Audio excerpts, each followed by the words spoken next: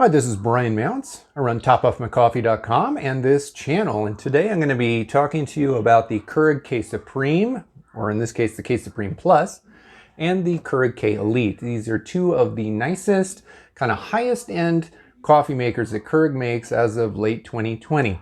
In previous videos I've done a lot of information. I've presented a lot of information on the K-Supreme, the K-Supreme Plus, and the features.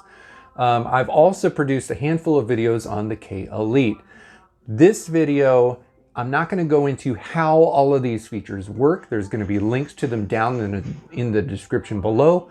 But I am going to talk about the features that they both have and how they are different. The K-Supreme Plus and the K-Elite are similarly priced. Generally, I find that the K-Supreme Plus is slightly more expensive than the K-Elite. But that's always going to vary based on the time of year and what retailer you're looking at and what kind of sales and promotions are out there. In my opinion, they are dueling machines. They're kind of catering to the same customer. I prefer the K-Supreme Plus over the K-Elite simply because this right here doesn't move. I don't like moving parts. When there's extra moving parts, things go wrong, in my opinion, most of the time. I also like the 5-point system. I know that some people don't like the 5-point system, but I do. This is a new Keurig thing that was introduced with the K-Supreme.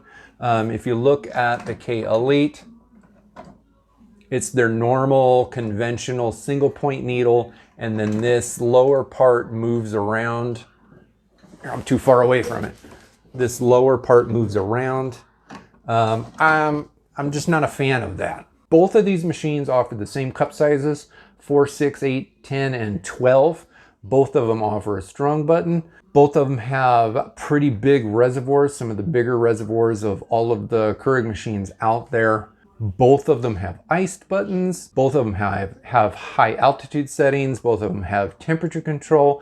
These are very similar machines that simply look different. All right, now I prefer this water reservoir. You see how easy I picked that up?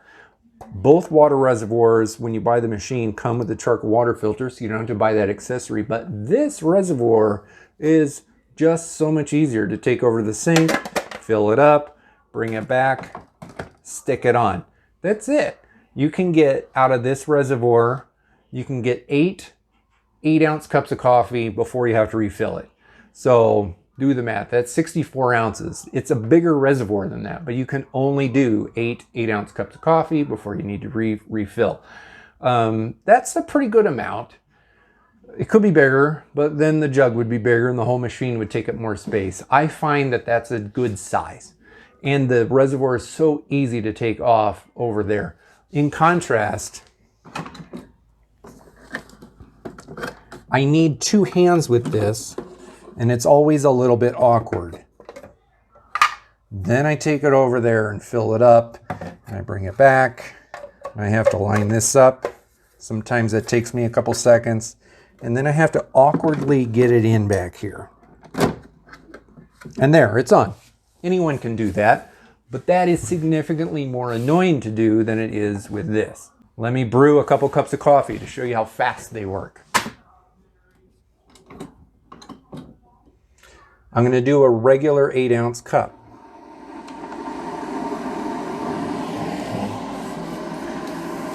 This one is making significantly more noise than this one. This one is whisper silent, like you don't hear it at all. It's just, there's no noise. The heating element is going, and I've already got coffee started here. Now, this coffee is actually brewing slower than that. The difference is it's starting sooner than that. On your basic 8-ounce setting, without pumping the strong button up on either machine, this is going to give you water to coffee grind contact time of just over a minute, whereas this one is going to give you water to coffee grind contact time of about 39 seconds, which means the brew on this is actually going to be better than that. You want your brew to actually be slower. Now it's finally coming out over here, but the flow is faster. It's a better, faster flow. If Both of these machines offer you a strong button. If I were to have used the strong button on the K-Elite, then the flow slows down to match what you just saw here. This was about a minute, minute 5, minute 10 second flow. This is 39 seconds, but once you use that strong, it gets up to about a minute and 5 of flow time. Now that's done. That was only done a few seconds apart because the water is going through too fast. It's going through too fast. You have to use the strong button on this. This one, you don't have to use that strong button if you don't want to. If you do use the strong button though, you can taste the difference and it makes better coffee. You can bump this up to 2 different strong buttons. The next one takes you to about a minute and 29 with about a minute and 19 of water to coffee grind contact time, which is slightly better than that. The third strong button brings this up to a minute and 45 of water to grind contact time. In my opinion, that's kind of like making a cup of pour over coffee. The only difference is you're using pre-ground stuff that's in a plastic capsule instead of fresh grind. The slow flow on this, coupled with the multi-point technology up here, I hate calling it multi-point technology, the stupid Keurig commercials. It's 5 needles. It's a multi-point needle system. There's no special technology about it. It's just 5 needles. But it does saturate the coffee grind in your cup uniformly, and it does make better tasting coffee. I don't like the commercials, but it does make better coffee than that. When you couple that with the slow flow on the super strong, like the triple strong setting, you can get coffee pretty fast out of this thing. You're still getting it in less than 2 minutes, but you've got extreme grind to water contact time, which makes that coffee taste better. Now, my biggest complaint with this, however, is the temperature control. Here on top, you have a temperature button that you can alter. You can change it to 3 different temperatures. There's like 1, 2, and 3, so low, medium, and high. The problem that I have with this is it's very, very hard to see a difference between the temperatures. You can't really feel a difference in the cup.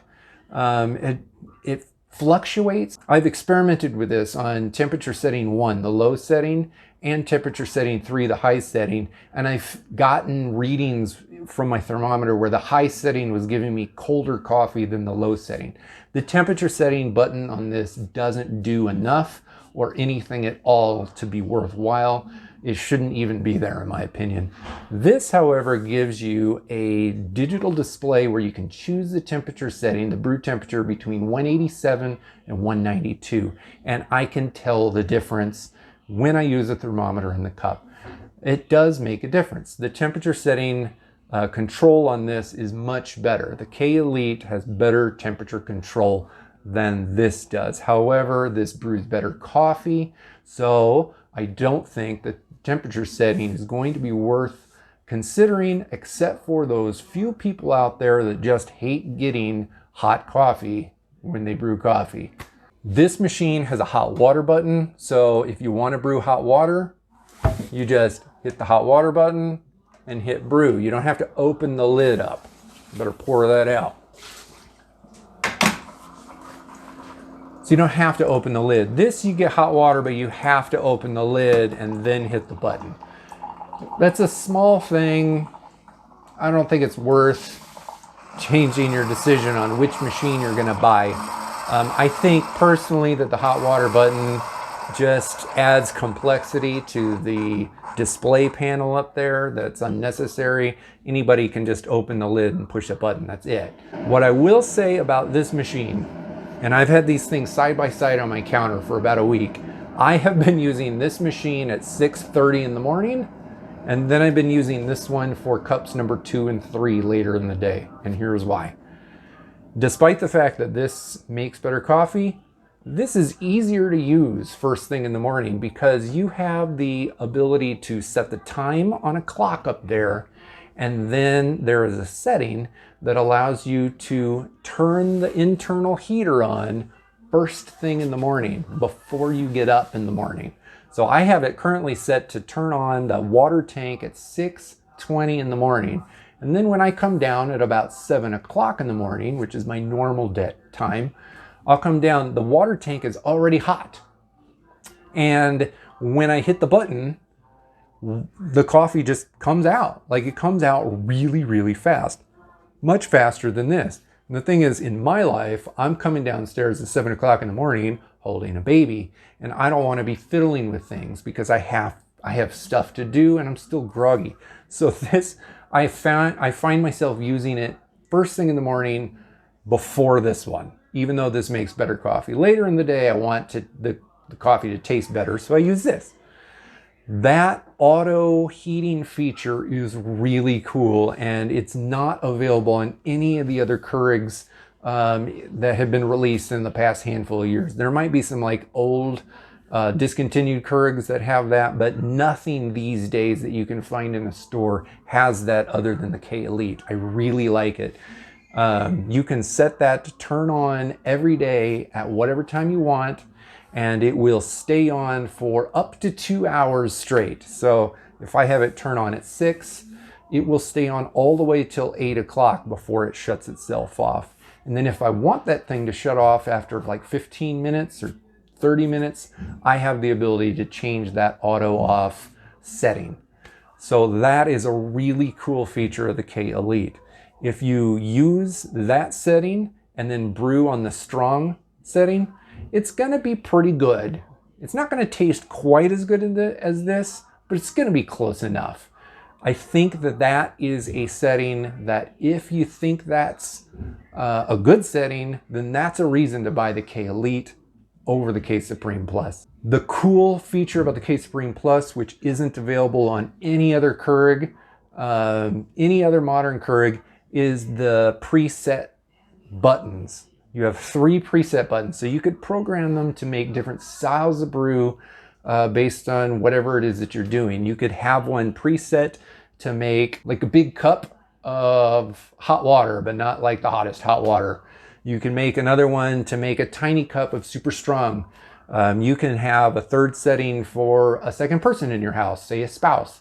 The presets are actually much nicer and much more user-friendly, and I use them more than I thought that I would. So that is a really cool feature. I do have a video explaining how those work, so make sure to take a look at that because I'm not going to describe it here. But that feature is not in this. So with this, if I want to make an 8-ounce strong coffee, I have to hit all of the buttons to do that. This one, I just hit preset and start. I don't have to select all of the selectors. I think the K-Supreme Plus is the better coffee maker between these two. You do have to kind of preheat this in the morning if you want it to be the hottest coffee possible. But I also find that if I don't preheat the unit by running, just straight water into a cup, that it still makes coffee hot enough for me and it still tastes good enough for me. But some people out there really care about temperature. So if you really care about temperature, you're going to have to do a 4-ounce water-only cycle to preheat the internal components of the machine. You don't have to do that with this. This one, the water always comes out at full temperature from my experience. These are expensive machines. I get that. So if you've got questions about them, please drop them in the comments below. I'll try to answer them as quickly and efficiently as possible. There are other people that watch these videos and they comment and answer as well. There are other machines that are less expensive than these. The regular K-Supreme, for instance, is less expensive. I think the K-Select is a really good budget alternative to the K-Elite. I have videos about both of those machines. They'll be linked below and probably on the screen somewhere. Please take a look at those if you're on the fence. Please hit the like button if you found this video helpful. And if you're new to the channel, I hope that you'll subscribe and watch some of the future videos coming down the road. They're not all coffee maker comparisons or reviews. I go into other things, and I hope that you'll follow along. Thanks for your time.